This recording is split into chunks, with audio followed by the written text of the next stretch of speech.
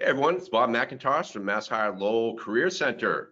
I have with me today Atu Bensensil, and he's going to be talking about unpacking imposter syndrome and really how to manage it. And I'm really excited about this webinar. I'm a little bit nervous because this is a big topic, and for the people who have responded, on LinkedIn and such, have said, yeah, this is an important topic. So I'm all glad you're here. And we're going to begin, and I'm going to just show you Niatu's bio. I'm not going to read it. I don't do that. I don't do that, but I do like to know from Niatu is what is a holistic career coach? Can you tell us what that is, Niatu? Sure. First off, thank you so much, Bob, for having me on with Mass Hire. It's a pleasure to be here, and thank you to all of you who are tuning in. As I like to say, you could have been anywhere in the world, but chose to spend time with us today. So I appreciate that, want to acknowledge it, and I hope to deliver value to you during this conversation for your time. So thank you. To respond to your question, when it comes to the reason I call myself a holistic career coach is because I think of my clients, I think of all of you as a whole person, and you're not just your job title, your career, you're not just a professional. We all play multiple roles. About to be a father of two. I'm a husband. I'm, a brother, a son, to, a sibling and a dad who are overseas. There are all these roles that happen that are ongoing, and they don't magically stop just because I'm in a job search or trying to get a promotion, right? Some of these factors in my life might even be influencing the steps that I take as far as trying to get a higher paying job or trying to relocate, or the fact that I can't relocate. And so when I say holistic, I care about the personal, professional, and psychological when it comes to how I approach supporting my clients, because those are all important. They are interconnected and can impact how we show up and go through a job search, career advancement, and all of those things. And that's what holistic means to me in the sense of being a holistic career coach. Yeah, I was talking to one of the staff here, and they were very excited about attending because they feel that they have imposter syndrome. And I think this is something that we as career coaches don't address as much as we should. In other words, the psychology behind it. And so I noticed that you have a psychology, or you study psychology in school. Yeah. Yeah, So I have a master's, two master's degrees. I got to shout that out because I had to me sweat too. to earn them. But yeah, I studied mental health counseling at Columbia Teachers College, Yeah. and my dream was to become a therapist since I was a senior in high school. But Oh, as yeah. life would happen, I took a little bit of a detour. I get to use those skills, but I'm not a therapist today. But that lens, that training never gets turned off, which is a huge part of how and where my holistic lens developed, was going through that program and doing an internship, a graduate internship at a career center where all the senior staff were PhD level counseling psychologists. So the Mhm. model was really different in terms of how I was trained to support my students, and I haven't turned it off ever since. Excellent. So I'm going to show the audience something that I want to, hear your reaction to this. Don't worry, I'm not going to embarrass you. Whoops. Hey, we have a good crowd here. So here is a post that I came upon by Niatu. He wrote that upon receiving LinkedIn Top Voices, one of LinkedIn Top Voices, his imposter syndrome immediately kicked in. So not only did he receive one of LinkedIn Top Voices, but he also received from JobScan, which is it's very an honor, the job search experts to follow on LinkedIn. So Nee, how do you feel about that when you hear me talk about you like this? Quite honestly, it's a bit uncomfortable is the first thing. And it is odd to have, someone share, achievements on my, what's better than me sharing it is the quite honest reaction. Mhm. But it brings up a sense of discomfort for me because Yeah. it's not something that I'm working actively to embrace this latest recognition that I've received, and we're getting a little bit ahead. But this is how my imposter syndrome manifests Mhm. in terms of difficulty internalizing a success, accepting praise. And this is partly by nature, my personality, and all of that, but also by nurture, and we'll get into those things later. Sure. But yeah, I'm still trying to lean into, embrace, and understand the fact that I was chosen for these things, Right. and hold on to it. Now, It's not only that, I mean, that you received these two honors, but it's that when someone tells people about you in your presence, then you feel really uncomfortable. Am I right? Yeah, yeah, that does bring up a sense of embarrassment. If I'm a dark-skinned black man, but if you could see me blush, I'd be blushing, if people are singing my praises in my presence. It's a very odd situation for me from both again, a personal perspective and a cultural perspective, in terms of how I was raised and how I was socialized to be in the face of, praise and achievement. Okay, yeah. So it's said that about 70% of people suffer or they have imposter syndrome. Uh, and I did a poll on LinkedIn just asking Hmm. that question of who has imposter syndrome, and about 74% answered yes, and the rest no. So it is a thing, and this is definitely, something that's very worth talking about. As I said, one of my colleagues, she was very interested in seeing this. So let's take it away then. Okay, but before I have a poll, and for those of you who've attended my webinars, I love my polls. So it's very simple question. Do you know what imposter syndrome is? And I'm going to launch it if I find it. Okay, there we go.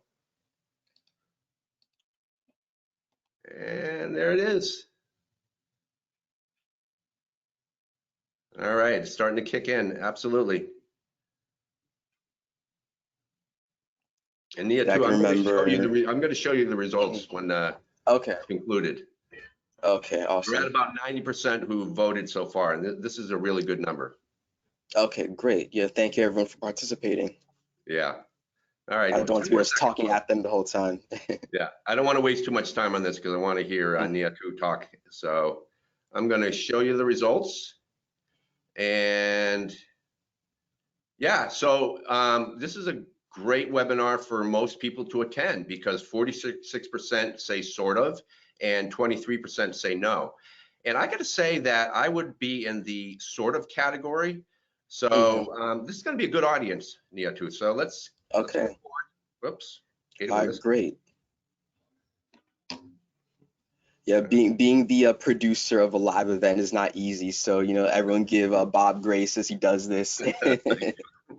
Yeah, so those poll numbers are really helpful to give me context in terms of who we're speaking to.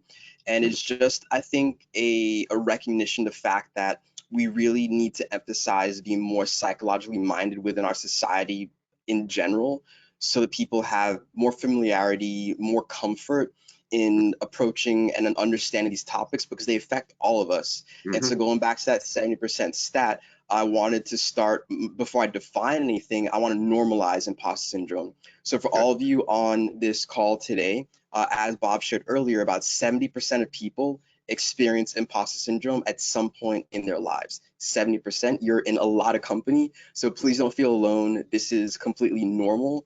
And, I'm here to talk about it as someone who's dealing with it myself. So I have a couple notes. I need to read a couple of things just to make sure I get it accurately, but I'm gonna try and give an Absolutely. overview of what imposter syndrome is and try and give some more personalized, accessible ways to understand it and internalize it for yourselves. So first things first, imposter syndrome is a term that was coined in 1978 by two psychologists named Pauline Clance and Suzanne Imes. And this was born of their observations in a university setting of some really accomplished women. These are both, faculty, staff, administrators, and students who Mhm. were objectively and outwardly very accomplished, yet for some reason felt like frauds within that space. And Right. so the term imposter syndrome was their attempt to describe a phenomenon that they're seeing of these women who are achieving very well, but internally something is not quite resonating in terms of embracing holding on to that success and moving forward in a more confident manner with the externally available clues to their actual success. Mhm. And so one way to think about it is feeling unsuccessful despite outward evidence of your success as just a very baseline way of thinking about it. However, there are a few defining features that they like to talk through in terms of what imposter syndrome, how it manifests. So one, it's constantly feeling like a fraud. Mm. Two, downplaying one's achievements. And three, being exposed as being either incompetent or being a fake. And so those are kind of three of the core features of imposter syndrome. Let's put it to the Well, can audience I in terms interrupt for of, just a sec? oh, Because sure. I occasionally feel the way you've described it. Hmm. Um, is this like a constant feeling, like throughout your days, and or does it just come across sometimes, not all the time? Sure. So I think it's number one, it's going to look different for different people. Mm, And so I don't want to say that you need to be experiencing all these things or need to have it as a constant, never-ending issue that you're battling with. I right. think for a lot of people, it's going to be activated by different situations, or challenges, or even people might activate imposter syndrome within you. It's Hmm. something that for me at least, I'd say it feels like it floats beneath the surface somewhere. Yeah. And it's either more salient and more in my face sometimes, and it's less salient and less in my face in other times. Okay. That's the way that I've come to understand, at least for myself, and hopefully Hmm. it's helpful for the audience as well. But I don't know that it's a daily, every single waking thought is I'm a fraud, I'm a fake, I'm Right. waiting to be found out. I I would. don't think quite operates that way. Yeah, Yeah. but that's a really helpful And question. and it is more common in higher achievers, correct? Yeah, Perfectionists. so one of the features, yeah, of imposter syndrome is being a high achiever, Hmm. and being someone and that can manifest in perfectionism, overworking yourself in order to essentially compensate for the fact that you feel like you're a fraud, you don't want to get Right. found out, so you have to overcompensate in the way that you work in order to maintain the facade that you think you're maintaining. If that Okay. makes sense. It's a little meta, but No, it does. again, there is actual success, but you don't feel it, right? So that's where the maintaining a facade that you think you need to maintain comes in. Okay, so I want to Um, raise the hands of the people in the audience of how many of you feel the way that Niatu has described this. Can you give me a raise of hand? Let me see. Okay, I see one going up, two, three, four. Yeah, gradually they're going up. We're getting mhm. into the tens. Yeah, so we've got out there 90 people and a lot of the hands are going up. Yeah, and if I could just personalize it a little bit, I Mhm. think it can manifest in your self-talk. These are the questions, the private thoughts that you have. Am I good enough to have this job? Do I deserve this promotion? Right. Why was I chosen for this award? I didn't do anything that special. So the questions and the internal narrative or self-talk that you have that is chipping away, that is undercutting or undermining objective measures of Mm, success, receiving accolades or kudos, right. something's not connecting and you're constantly questioning those things, feeling like you attain them, because you're really nice or because people like you, not Right. because, of your intelligence, your Exactly. hard work. External factors, all these different things play into the feelings of imposter syndrome. And if I could just briefly share a couple more things just to give a Sure. more Sure. holistic answer, Absolutely. there are gender differences and cultural implications when it comes to how imposter syndrome manifests. So both Bob and I are identified cisgender males, and so in our society, men are imbued with an unearned sense of confidence, and to Hmm. do a lot of things. And so when imposter syndrome affects men, it shows up differently in that men will tend to actually avoid challenges and underperform. And so Mm. that's something to be noted in terms of how it can show up in men. And again, this isn't universal, but this is what the studies observed, right? And then with women, women are the opposite in that they tend to lean into their challenges and overachieve.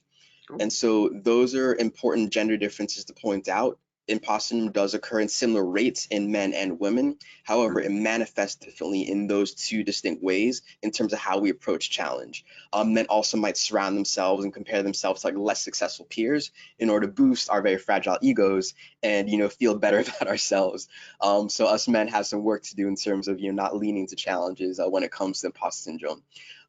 Then just very briefly when it comes to culture, and also identity, these can also have implications in terms of how imposter syndrome shows up. So again, obviously I'm a black man on this call here, and Mhm. in the career coaching space, if you look on LinkedIn, it is majority white. And Yeah. so I And might woman too. feel a sense, Yeah. and female as well. Yeah, in my grad school program for mental health, I was one of maybe 10 to 15 men in the whole program of about 80. And then in Wow. terms of men of color, I was one of maybe three, I think, if I remember correctly. And Hmm. so in situations when you are a minority in terms of your identity, that can bring on stereotype threat, that can bring very clear questions of do I belong? Because Mhm. no one else looks like me. And then, layer on the questions about my right to be there for whatever reason. And then we think about other identities, whether LGBTQ, if you're immigrant, if you're first generation, going to college, first generation professional, all these different things bring on their own additional layers. And again, culture as well. Were you raised in a collectivist culture? You're now in an individualist culture. How does that show up, and how do you operate when you're out of sorts, if you like? And so these are important things to be aware of in terms of how they can impact and influence how your personal imposter syndrome shows up. And these things that are to be, explored and dug through to be understood in order to Mhm. start disentangling how it shows up for you and how you can, work to manage it going forward. So, I mean, I feel that my daughter suffers from imposter syndrome, and yet we have heaped praise and, upon praise on her. Why didn't it work? Why doesn't she accept how great she is? I like to call it your Mhm. greatness. I, You know? I love, yeah, no, I mean, I have a daughter as well, and I love the Yeah. fact that you've been very intentional in pumping her up. It's really important to Oh, imbue all our kids with absolutely. confidence, right? And so I think that imposter syndrome is a combination of nature and nurture. And Mhm. so your daughter, even though she's in a household that does a good job of letting her know that she's doing well, there might Absolutely. be something inherent to her. And let me be very clear, imposter syndrome is not something you're born with. It's not something that's inherent to your character. It's a set of behaviors and thoughts that people have that develop for any number of reasons, to be very, very clear. You weren't born this way. Right. And so this might be something that developed within her for, it could be reasons outside of your home that they developed, or it could well be reasons within your home. And I'll talk about, myself to help that become a bit more clear. Yeah. Um, so, I know you wanted me to talk a bit about how imposter syndrome looks like for me. And yes, I do experience it. I think we established that very early. Hmm. And so, with the LinkedIn top voice, obviously it's me having difficulty internalizing it, discounting praise, not being able to really sit with and celebrate my success. But let me talk about my day to day in terms of being a career Sure. coach. Sure. So, for example, if I encounter a prospective client in a consultation call who has, a C in their title, right? They're a CEO or CMO or CTO, whatever it is, right? Right. Right. Or Yeah. there's some sort of senior executive. My imposter syndrome sometimes gets activated. I'm thinking, how is, little old me? I've never held a C in my title. How I'm going to help this I get individual that. Yeah. who in society is held in very high regard because of being a VP of XYZ, right? Sure. I had a client who is at the cutting edge of artificial intelligence and biotech. She works that intersection, Yeah. multiple, serial entrepreneur. I'm like, how in the world am I going to write this woman's resume? She loved what I did at the end, but those are my thoughts when I was talking to her and landing her as a No. Yeah. client. Or when I send somebody the first draft of the resume, I'm concerned, oh my gosh, are they going to like it? Are they going to ask their money back? Hmm. All these things. And that's my scary time as a career coach and dealing with my imposter syndrome. And so it all comes up in different ways for us. That's what it looks like for me. But these thoughts are in spite of the evidence that's out there. I've never had to rewrite a resume for anyone. No one's ever asked for their money back. As far Hmm. as I know, every single of my clients has been happy with what I've done, but Right. these thoughts are still there. Oh yeah, no, I get that, yeah, too. I get that because, when I come across someone who is at a higher level, then I wonder myself, do I have the right, or am I qualified enough to help this person in their job search? And I think Hmm. the reason they got where they are is because they're able to accept different opinions. And so if they accept maybe one or two of what I have to say out of 10 opinions, then I think I've done my job, but I get what you're talking about. Now, I do want to say to the audience that you're allowed, please ask questions whenever you want, but when you ask a question, don't make it really long. And please, before you ask the question, would you write the word question so I can identify it as a question? And so we're going to go on to the next question here. And it is, do you display imposter syndrome? And if you do, how? And I think you've talked about this. Is there anything Hmm. more that you want to talk about in terms of this? Sure. I think that for me, it is just an ongoing process of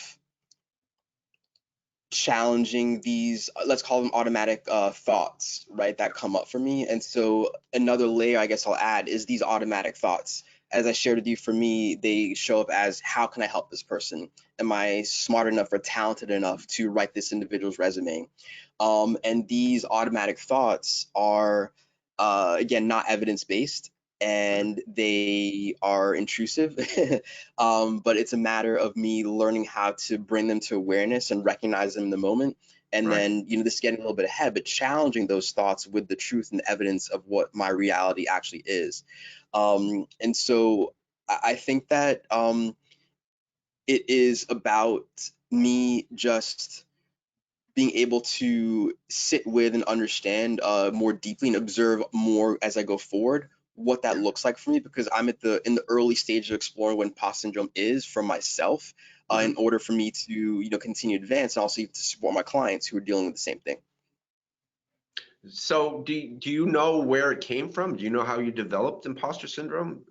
Is it a Uh, childhood thing? Because, that's what I wonder about my daughter. uh, Uh, is yeah, it, yeah. does it happen in the home, or are peers more influential than the parents? It could happen in a combination of places. I wouldn't isolate it to any one particular space. So, for example, I have a client. She is a young Black woman, very successful, but grew up in a majority white environment where she Yeah. constantly felt, when she's in school, constantly felt that the microscope was on her, the spotlight was on her, and Right, she had right. to prove that she belonged by excelling in academics and extracurriculars, all these things. She traces, so in our conversation so far, that might be where it began for her. Again, let me speak for myself. It's best to use myself as an example. Let me take a moment to brag about my mom. This is Women's History Month, but this Oh, we can ties always into the brag story, about our moms. right? But this ties into the story where I think my imposter syndrome developed. So for me, I think it does come from my childhood. And so let Yeah. me give you a quick bio of my mom, who's amazing both as a mother, but also as a professional. And I think that's where my stuff starts to come up. And so, really quick resume for my mom. So we're from Ghana originally, Ghana in West Africa, Yep. and my mom was the first female engineer at Ghana Broadcasting Corporation. So this is back in the early 80s when I'm all of maybe 2 or 3 years old, right? Then she got a job. Both my parents worked for United Nations. She worked for UNDP, and she's heading up a IT infrastructure for the 144 offices that UNDP has around the world. Yeah. Then, when I was a teen, she became the first woman to be the Director General of Ghana Broadcasting Corporation. So, kind of very circular. She's the first female engineer back in the Wow. day, That's amazing. and she's the Yeah. first woman to lead the organization that was founded in 1935. And the final accolade, me getting to brag on my late mom, may she rest in peace, Mm. was the fact that she was the first woman to run as a vice presidential candidate in Ghana as well. Wow. And so that's my mom's resume, and that is a really big set of shoes to fill. But Yeah. when it came to, some of our interactions as a kid, she used to share with me how she was number one in her class in school. She's a star athlete.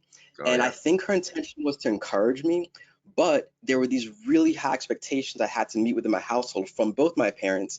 And I don't think those stories helped, to be quite honest. Yeah. It I doesn't mean, help that your mom was number one at everything that she touched, and she's saying, "Hey, you're doing pretty well, but like, where's the rest? You could be doing even better." And so no, no, there's a no. I got constant. something to say about that though. But Uh, can't you find your own success in a different field, in a different arena, like you are now? Like you're finding success in career 100%. counseling, holistic career counseling. You know? But Yeah, yeah. I mean, it was never about me following the exact same path that my mom followed, right? no. My parents never prescribed a particular career path to me. They wanted me to do as well as I could in Mhm. whatever I wanted to do, right? Those are their only instructions. Do well, be happy, right? But it came with, when I brought home report cards and things like that, if there's ever any sort of gap in terms of, oh, I did the international baccalaureate program as a kid, and the highest Mhm. grade was a 7. I brought home sixes, six pluses. I got the sevens here and there, Right. but they're kind of like, "Where are all the sevens? Why aren't you getting sevens all the time?" Especially my mom, right? And so when you have that Pressure sort of much? environment, a little bit, right? Yeah. Yeah. And so it developed in me this feeling that what I was doing was never quite good enough. So I know they're proud of me.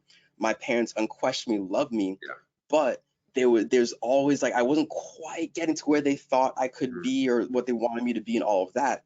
And so as I sit here right now in 2022, I'm 38 years old right now, about to have my second kid. I have this accolade of LinkedIn Top Voice, which feels like, the Oscars for being a career coach.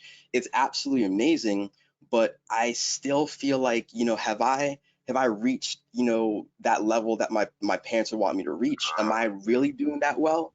And even just internalizing how major, and I'm even like, how big is this really? It's Mm-hmm. just LinkedIn. But then again, wait a minute, LinkedIn has 700 million users, right? I Right. got to remind myself of these things. Yeah.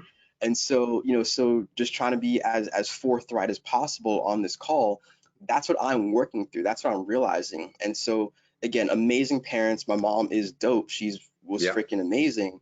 But the in her way of encouraging me, it built something in me where I never quite felt that what I was doing was good enough. And I Right. think that's how it manifested in my life. I get it. I get it. Okay, so we do have a question, and that is, do you think too much praise can have an extreme effect, either inferior or superior complex? Too much praise. um, don't we say that too much of anything is bad for you? Isn't that the general wisdom? Yeah. Yeah, I think that, I'm a little bit old school in that I'm not a huge fan of the fact that kids get a trophy for everything these days. Right. Right. We can fight in the parking lot if you think I'm wrong, but I think that it's important that, overly praising someone, I think it might build up a false, sense of confidence, or build up to Right. leading to overconfident, even arrogance, Hmm. because it doesn't leave room for that person to, you know, work hard, overcome difficulties, and build up resilience, which is absolutely necessary for life, or might set them up for failure because when they're not receiving praise, like, oh my gosh, what's going on? Why aren't people bowing down to me? Because my mom and dad always did. What's happening here in the real world? So I think that can be detrimental to a person's development from a young age. So healthy amounts of praise is good. Yeah. I think the goal in wisdom is to praise the effort and the hard work that kids put in, not their intelligence, not their certain innate characteristics, because that can lead to challenges if they're not getting it right away. But we won't go into child development class right now. Right. Okay, I do have another question, and so they're starting to get a little bolder here. Let me see. Mhm. I went by it earlier. Let me see. Let's see.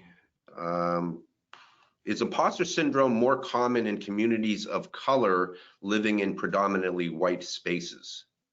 hmm I think you So talked to a be little bit very about that. fair, I talked, yeah, yeah. So I don't have the stats on this, and I don't want Mhm. to be seen as an expert in this. I'm still a student of this myself, for myself, and in support of my clients, just to be very fair. Sure, sure. Um, Given the context of the United States, which is the place that I've known most of my life, I can Mhm. see there being potential.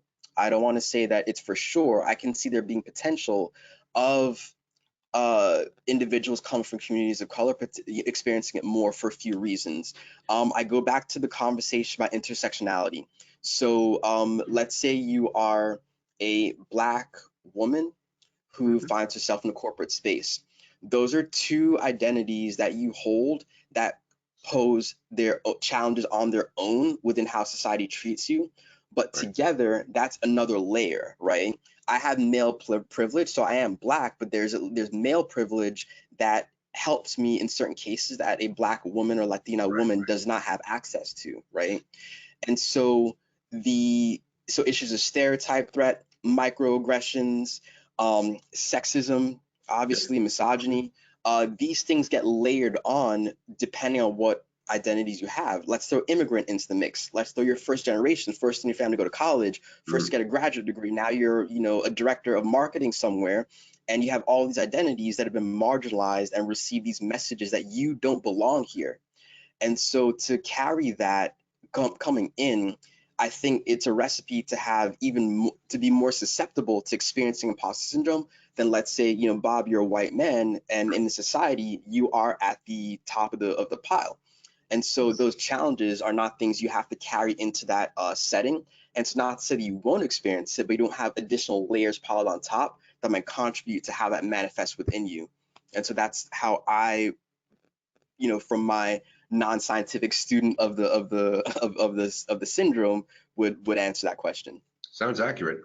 All right, so we've got many, many more questions to get through. Let's go forward with, okay, is imposter syndrome a result of nature or nurture? Please give an example of how Yeah, I think we just kind it of covered would that. develop in someone. So we've talked a lot Mhm. about this, but anything Yeah. else to add to this? Sure. You know what? I'm gonna use what I just said as a live example. At the very end of my state response to that question, I kind of Mhm. caveated it, right? I said it's non-scientific. This is how I would answer the question. Yeah, And one of the aspects of how imposter syndrome can appear is downplaying your intelligence, not feeling intelligent, right? And right. so even though I believe that was a pretty straightforward answer that might even stand up to some sort of muster, I caveated it at the end, right? And I just caught that. And so I want to point that out here that this is another way that it can show up for people. And so, in terms of nature nurture, just going back to the question, it's a combination, like anything in life. Right. We're certainly going to be born with a set of, traits and things like that. But again, uh, imposter syndrome is not an inherent characteristic that you're born with. It's a set of behaviors and thoughts. And the good news about that is that we can work on those things. We can work on behavior, we can modify behavior, we can modify thoughts. It just Yeah. takes time and intention to do so. And so, yeah, that's how I further that conversation is highlighting in real time me, demonstrating some of that here on this call. And it's a work in progress. I'm a work in progress. We all are. And it's about doing our best, each day to try and capture those thoughts, notice those behaviors, and challenge them and turn them around so that we can be better the next day than we were the day before. So one member of the audience made a comment about how he had been successful throughout his whole career, 15 years or so. I'm sort of paraphrasing here, and then all of a sudden, bam, unemployed, confidence shot.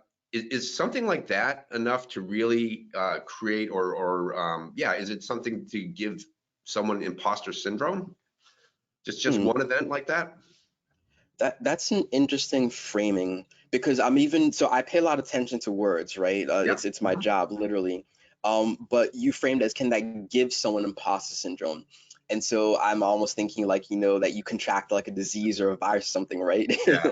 And so I'm not sure that, that's a really interesting question. I feel like it'll be a huge hit in confidence, right? Yeah. It Yeah. can lead to questioning self-worth. It can lead to questioning if he can do it again, if he can be hired again, reach the same heights that he was. Right. Um, and maybe it's a flavor, or maybe an incident-driven experience of imposter syndrome. But I, wouldn't say that I know enough to say that, an Mm. incident can just like just trigger it like that. Because from my understanding so far, from what I've read, is that it's something that, develops over time that sits with you and, is manifest in different things. That incident, I guess to a degree could activate it. Um, but I don't know if, it would necessarily be labeled as imposter syndrome because it's so proximal to such a huge event that would hit anyone's ego, confidence, self-worth. Um, I'm not sure if you can sort of get it from that incident, but Right. I Right. would want to defer to someone who knows more than I do in this regard. Well, someone who pays attention to words, I used the wrong pronoun in this case, but in any case, so yeah, yeah, I think she described it more as a sudden loss, or rather a loss Mhm. and a sudden crash. Yeah, Yeah. yeah, yeah. It's a huge blow, undoubtedly a huge blow. And this, because I wonder if this woman who asked the question maybe asking herself, if I landed that plum job next Hmm. week, would I feel like I had imposter syndrome when I stepped into that job, right? Right. And so I think that's how I'm trying to parse and think through how whether or not an event can create it. because this event has a resolution. Sorry, what she's experiencing has a resolution point. It's getting that new job. Right, If right. in the new job these thoughts continue to occur, do I deserve this job? Should I be here? Am I getting found out as a fraud? That to me would feel like imposter syndrome, but I would posit that she might have had it going in if those thoughts exist after landing a job that puts her right back where she was. Okay. All right. So let's go on to the next question here. Oh, geez. Why does this happen? All right. No worries. Okay. Is it healthy to have a touch of imposter syndrome? This was an interesting one as I was thinking about You my were thinking response Bob to should it. really reword this. No, no, not at all, not at all. I think that so going back to that thing about praise, too much praise is too much of anything is a bad thing. The other, cliche is everything in moderation, right? And Mhm. so it's not that I want anyone to have any moderation of any sort of syndrome or disorder or mental health issue. However, um, with imposter syndrome, it often drives people achieving pretty good results. And one could put forward an argument that to the extent that imposter syndrome calls you, encourages you, motivates you to put out your best effort as often as you can, Right. one could maybe see that as being a positive thing. I grew up, playing sports. Soccer is my best sport. Football, for those in the international audience, so I Oh, call yeah. it Oh, football. yeah. Prefer to call it that. Yeah. I was a pretty good player, but I was nervous before every game. I was nervous because I cared, right? And Yeah. so it kept me on my toes and helped me to be sharp during the game. And so, to the extent that imposter syndrome is not debilitating to you, is not affecting your life in terms of you're overworked, you're burned out, you're unhappy, you are just, your mental state is just not healthy. If you're verging towards that territory, then it becomes maladaptive. If it is something that is you're able to manage and is something that is pushing you to succeed, one Mhm. can make the argument that having a little bit of it could be helpful in driving your career forward. Yeah, because earlier we said that high achievers tend to suffer from imposter syndrome. Uh, Yeah. to a touch of it or a lot of it? I mean, when you say Um, it yeah, drives to be clear, more successful, yeah, come on. being a high achiever is actually considered one of the symptoms or manifestations Mhm. of imposter syndrome. So it's hard to kind of disentangle the two. So very often, if you are a high achiever, it's quite possible that you may have some degree of imposter syndrome. Yeah. Okay. So I think I opened a can of worms here because someone asked, how can we, basically, how can we help our children gain more confidence yeah. So what can we do to build confidence to help our children to do so? Yeah, I think I did open a Oh can of man. worms. Yeah, I think we're stepping into, child psychology, which I did Yeah. not study with my master's degree. I am a parent about to be of two. I would not consider myself a perfect parent by any stretch. But what I'm trying to Right. learn to do Yeah. is to validate effort, focus on how she solved the problem, how she overcame, Mhm. validating my daughter's feelings, letting her know it's okay to feel what she feels. I'm strong enough to deal with her feelings, and those are okay. Just creating a space of psychological safety for her where she feels like she's able to come to me with any questions and things like that, and trying to empower her to know her mind and know her feelings, and be clear on what she wants.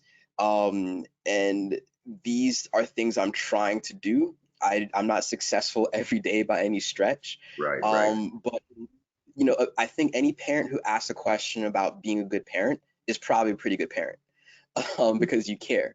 And so I think that if we try to be aware of the things that impacted us growing up, and this takes a bit of work, it might take journaling or having a conversation with your spouse. These are things I experienced as a kid that I don't want to pass on.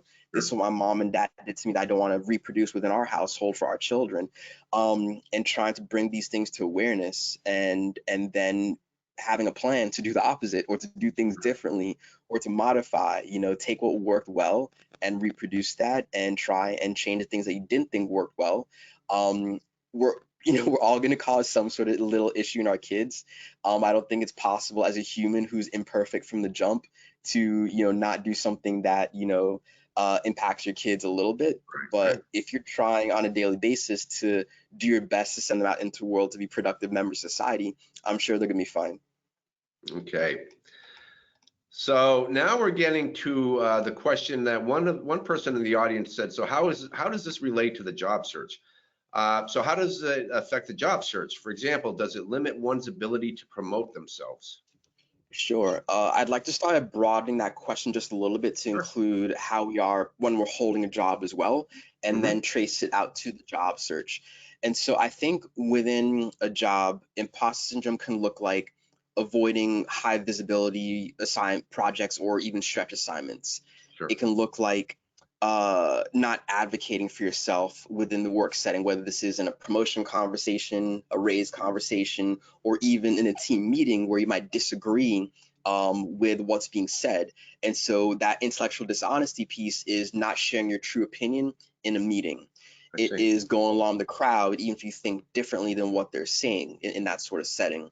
And Mhm. so imposter syndrome is causing you to question if you have valid input or the ability to do and handle certain things within the job, and have you potentially not reach higher. For men especially, that's the avoidance, of challenges and underachieving. For women, they might just really lean in and say, I'm going to go get that VP position. I'm going to really work hard, but to prove that I belong here, right? So just Right. manifestation a bit differently. And then when it comes to the job search, open the lens a bit wider. I think about not applying for, you might think about not applying for a job that you're well qualified for, but that Right. question of can you get it, do you have the right credentials, comes in and makes you foreclose prematurely on a job you very well could land potentially. Yeah. It might be settling for roles that are beneath you, for example, Sure. because you feel you can't qualify, don't deserve a higher role. Going back to being in a role might be staying in a role too long that you've outgrown, no longer serves you, or being in a bad or a poor fit environment or even a toxic environment. Imposter syndrome may hold you back from making those changes, and you stay somewhere far too long. Um, and then with the example that you gave, definitely self-promotion is a huge part. Mhm. There are obviously gender and cultural implications for this, but imposter syndrome definitely can be a hindrance to you being able to successfully share your achievements and the value that you bring Mhm. within a networking or interview situation, because you're questioning that value yourself internally. So yeah, I was going to ask you, I mean, specifically with writing a resume, does it affect the way that you promote yourself? Does it limit you to writing those great accomplishments, which you've achieved? Does it do that to you? 100%. Yeah, I think that, obviously the many different factors that feed into it, Hmm. but the typical resume that I'm sure you and I see is full of responsibilities. Oh yeah. And one can think of it as kind of hiding in your resume. You're not standing out, right? Yeah. Yeah. And that Good way to looks look like at you not sharing very directly it. Hmm. the achievement that you made, the impact that you had individually. It can be deflecting it and saying we instead of I. So Sure. sharing the accolades and the praise. In terms of the mindset, for many, it's simply, oh, I was just doing my job. This wasn't anything special. Right. Right. Um, I get that. Yeah. and you're just delivering based on the job that you're supposed to be doing. And so these attitudes, beliefs can cause you to hide in your resume and not share in a very direct manner what it is that you did that added value to the company, whether it's saving money, making something more efficient. You did all these things and they are the fruit of your direct labor. Yeah. And so, it's about trying to recognize how am I hindering my own, what's the blockage between how I see the work that I did Yeah. and the reality of that work. Because when in my last full-time role and even today, when I speak to people, I hear these amazing stories on the phone, but they're not captured on the resume. And so people sometimes maybe they feel more relaxed because they're talking to me. It's not an pressure situation. They Hmm. share these wonderful stories, and somehow something gets lost in translation when it goes to paper, and there's this gap which imposter syndrome might very well be occupying, that kind of filters out the I good think and leaves a very, plain, dry story that's not particularly inspiring and has no very little relationship to reality of how amazing this individual is. And I believe you're all amazing out there. You've done amazing things. Otherwise, you wouldn't be where you are in your careers today. Yeah, no, I mean, I hear what you're saying because when I talk to someone in improving their resume, I'm asking questions and all of these great, um, metrics are coming out, great Hmm. accomplishments. And I'm like, why isn't Right. this on your resume? Right. Oh, I was just doing what, I was supposed to. That's what I was Hmm. supposed to do at work, Yeah. but no, So what about interviewing though? Do you find that imposter syndrome can really affect in a negative way someone in an interview? I think in very similar ways. Mhm. So the interview is simply the verbal audition part for the job. The resume got you in the door for the Exactly, conversation, exactly. and you're supposed to expand on the story in the interview setting. And if you are, again, if you're constantly deflecting praise, oh, it wasn't just me, my whole team did this. Yes. I played this. You might minimize your role, for example, in a major achievement, And the whereas you person's might have been the constantly using leader. we. Yeah, And the yeah, yeah, interviewer's thinking, okay, what role did you play in this? Use I, exactly. you Hmm. know? Exactly, yeah. And so I think that it can really impact the framing of stories, the specific language used. Are you centering yourself in the story, or are you a bit player in a large cast of Mhm. characters when that's not actually the case?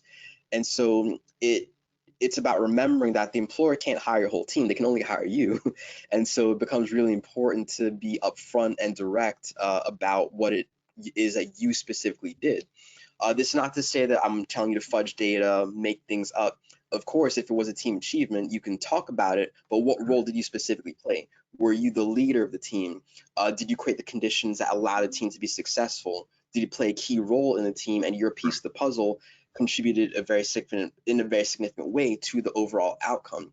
And so if you are dealing with imposter syndrome, you might be finding ways to skirt around or minimize or dodge taking it's almost like trying to dodge accountability for things that you should be really proud to say that you did.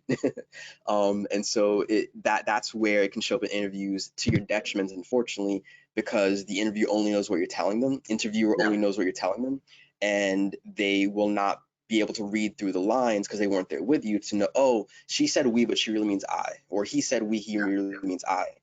They don't And, know and that. and we know, and like when I do mock interviews, I know they're talking about what they've accomplished, but I want to hear I, not we. So two Hmm. people, that they say they're really getting this now because one person writes that someone with imposter syndrome tends to lead towards underemployment to stay within a Hmm. comfort zone. Hmm. You find this? Yeah, I think that is can very well be true. So as I was sharing Mhm. earlier, um, people imposter syndrome can potentially lead to people settling and not taking those affirmative steps to whether it's go for a promotion or leave a company that they've outgrown maybe even years ago. And so I think she's onto something with that statement. Yeah, and so another person says, I agree, underemployment is a side effect of imposter syndrome. So then one person also says she had been, there was a job that she and her friend were vying for, or she was considering applying to it, but she didn't, Hmm. and her friend Hmm. did. And even though her Hmm. friend was underqualified, she ended up getting Hmm. the job because of Right. her securities. Yeah. Yeah, counting yourself out. That's a clear example of that. And I hope that through this conversation, the person who shared the comment will not let that happen in future. What is it? What they say? You miss 100% of the shots you don't take. Yeah, And absolutely. so we, just encourage everyone out there that the worst you can ever get with a job application is Right. no, but that's better than silence because you never even put your foot in the game in the first place. It's funny because my father used to tell me, get your bat off your shoulder. You're not going to get any hits if you don't swing the bat. Okay. Right, right. Good sports analogies here. Yeah, yeah. So the one person who said, when are we going to get to how this deals with the job search says, all of this is completely resonates with me. The idea of selling myself and my accomplishments is very uncomfortable. Hmm. Yeah, Yeah. And which is a shame so it's because, you're yeah. giving, as I like to say, you're giving the arena, you're giving the platform to talk about your accomplishments in a factual way. So don't Hmm. don't think it's bragging and don't shy away from doing that. Right, right. And one thing that I heard that I think was very helpful was thinking of interviews an opportunity to share yourself and share what you've done Mhm. instead of it feeling like a performance or that you're there bragging. The rules of the game are you are supposed to talk about yourself, so we need to try and just gain comfort with that fact. I'm not saying it's easy, it's not overnight, No. but this is one of the few places in life you're expected to talk about yourself at, well, not ad nauseum, but strategically and specifically, but you are supposed to talk about yourself, and you're Yeah, not going to be given the absolutely. side eye because you are talking about what you've done. It's the context for it. And I think we all have our different affinities for talking about ourselves, and it's trying to progressively work up to gaining that comfort, and finding ways it's authentic to you to share your Yeah. story. You and I, Bob, will tell stories in different ways, and that's okay, and that's how it should be. We shouldn't sound the same. We shouldn't do things the same No, way, and just you're leaning going to be into who more you are eloquent uniquely. telling your story than I will, but yeah, you know, But we can be equally effective is yeah. the main point, right? And that's Mhm. the thing. We all bring inherent value, and it's trying to understand what that value is, trying to understand your own unique flavor of how you do things versus someone else, Mhm. and then doing your best to talk about it in a way that feels true for you. And again, it's sharing yourself, not Yeah. bragging about yourself. I hope that's a helpful frame shift in terms of how to approach talking about these things in a networking or interview setting. So this last question, and I feel like it's a huge one. I feel like we've been talking about it, in a roundabout way, but how Mhm. can we manage imposter syndrome? Sure. Before I begin, I wanted to share a resource that I think would be helpful for everyone on the call. This book is called Own Your Greatness: Overcoming Imposter Syndrome, Beat Self-Doubt and Succeed in Life.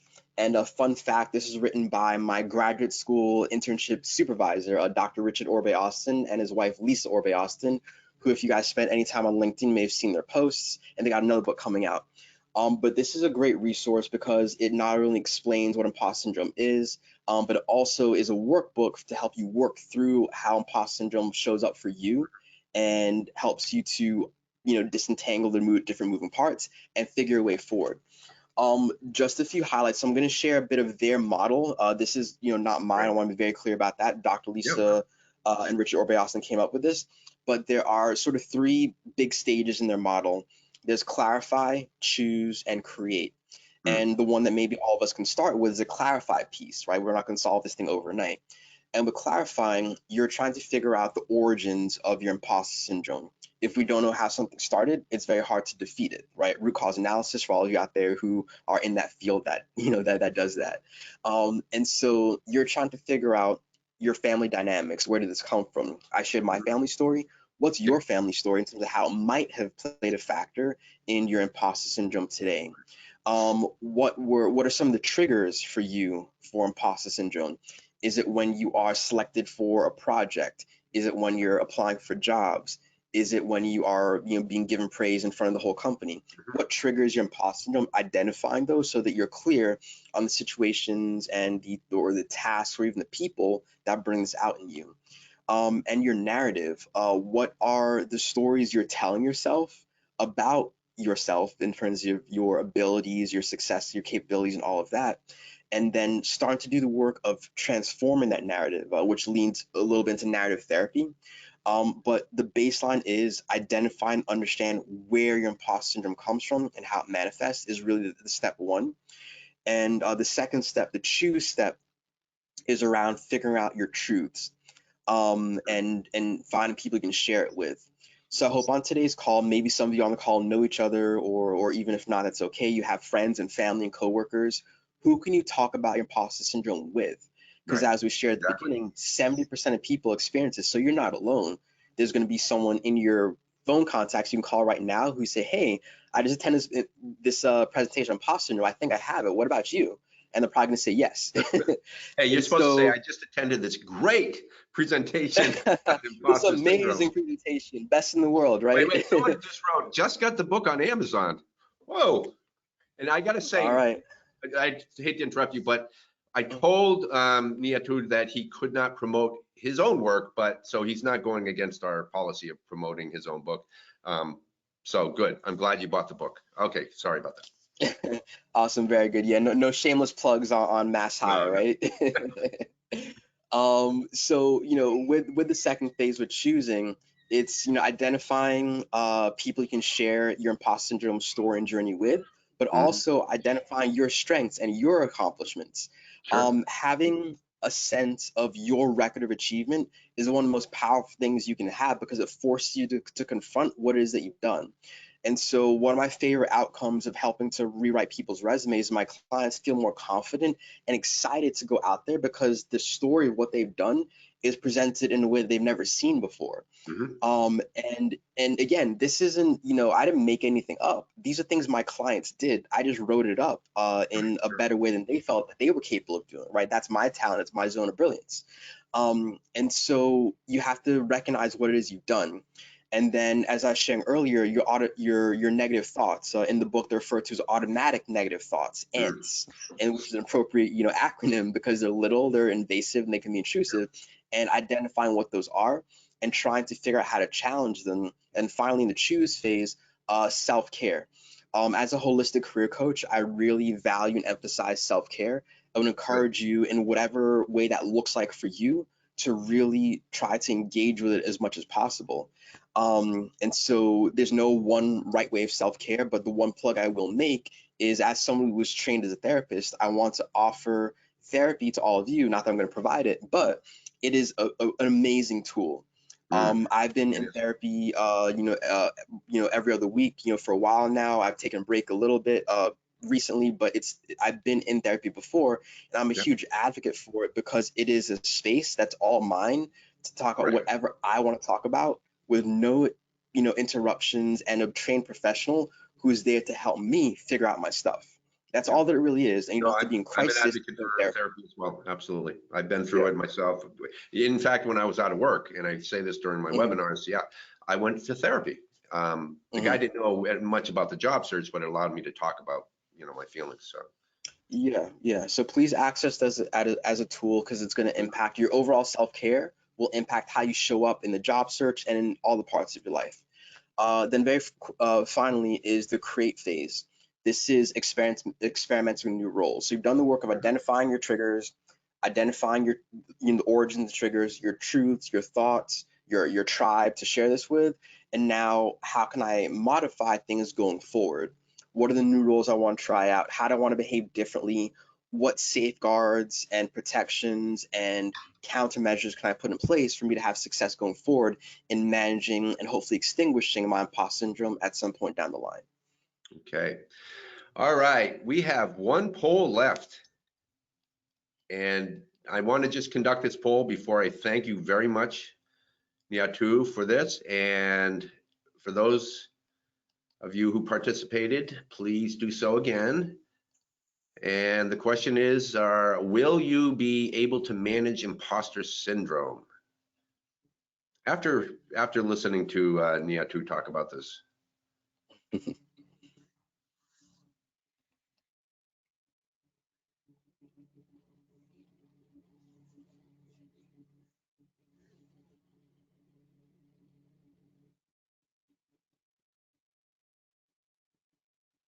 All right, we're getting some good results here.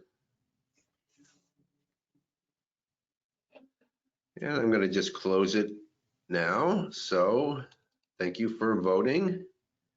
And let me share with you, Niatu. So 17% feel confident that they can or they will attempt to manage their imposter syndrome. And 80%, I think I like, the honest answers here. I'll do my best. I like that. I like that. Uh-huh. And then the 3% who don't have it, excellent. I'm encouraged by that. I'm happy about that. And so with this said, I do want to thank you very much for talking with us. I mean, I think, you should go on tour, really. You should do a TED Talk. Have you done a TED Talk? No, I've not done a TED Talk. Huh? Now, if someone were to suggest that you do, would you believe that you could? I'd have to work my way up to it to be very honest. So, just Yeah. like the 80%, I'll do my best to believe that it's something that I can or should be doing. Yeah. So I love the The 80%. 80% Yeah. that respond that way because it's a, like I said earlier, it's a work in progress, and all we can do is do our best. And Absolutely. think of today as step one. This might be the first direct conversation or presentation that the folks on this call have attended to talk about this. So this is Hmm. step one in a journey, in a process. And that's great because you've taken the first step. And from here, my hope is that things will only continue to improve from here. Now that you have you've got some definitions which are powerful. You have some possible insights in terms of how it looks for you and where it Yeah. came from. You've got homework to go explore where it came from, figure those things out. And moving on from there, you can start to make small adjustments, micro adjustments, if you like, Sure. that will help you to start to better manage this over time. And the overtime piece is key, because again, it's a process. This imposter syndrome didn't start yesterday or overnight, and Yeah. so it's not going to be extinguished or managed well overnight. But I mean, I think that would be a great part of your story. A lot of people in the audience have said, yeah, do it. One person I know who's very, very, I would say very objective says, do it, you know. That's really Someone kind praise writes, and I feedback. would watch the TED Yeah, Talk. Yeah, awesome, awesome. I you can't. have a I great still have way the about poll up you. on my screen. I Yes, can't you see have. you right now. Yeah. Hey, buddy, I want to thank you so much for doing this for our folks. I know I didn't pay you a lot, $0 and so on, but you Three were ninety great. nine. Yeah. No, You were, no, you were it was very an nice. absolute pleasure. Yeah, to do this, Bob. Thank you so much for inviting me to share with Mass Hire. Thank you to all of those who stuck, from start to finish on the call or wherever it is you Yeah. joined. Yeah. It's been a pleasure. I really enjoy having these conversations. They're important, and I just would encourage folks that the conversation should not stop here, and Hmm. continue on with your friends, your colleagues, your family. Read more, do more. Get the book, whatever resource will help you best in identifying, understanding, and managing your own imposter syndrome. Hey, Edith Richards. Okay, she's been a guest speaker for me many, many times. I'm not suggesting that you need to do the same, but she talks about emotional intelligence and MBTI. How many of you would like to have Edith Richards back? Raise your hand. Um, but thank you so much, as I say. Um, You're welcome. It was a pleasure. all right. Wow. What a good session. Excellent. Okay. Awesome. No, thank you. Take care, my friend. All right. Take care, everyone. Thank you very much. Take care, everyone. Have a great rest of your day.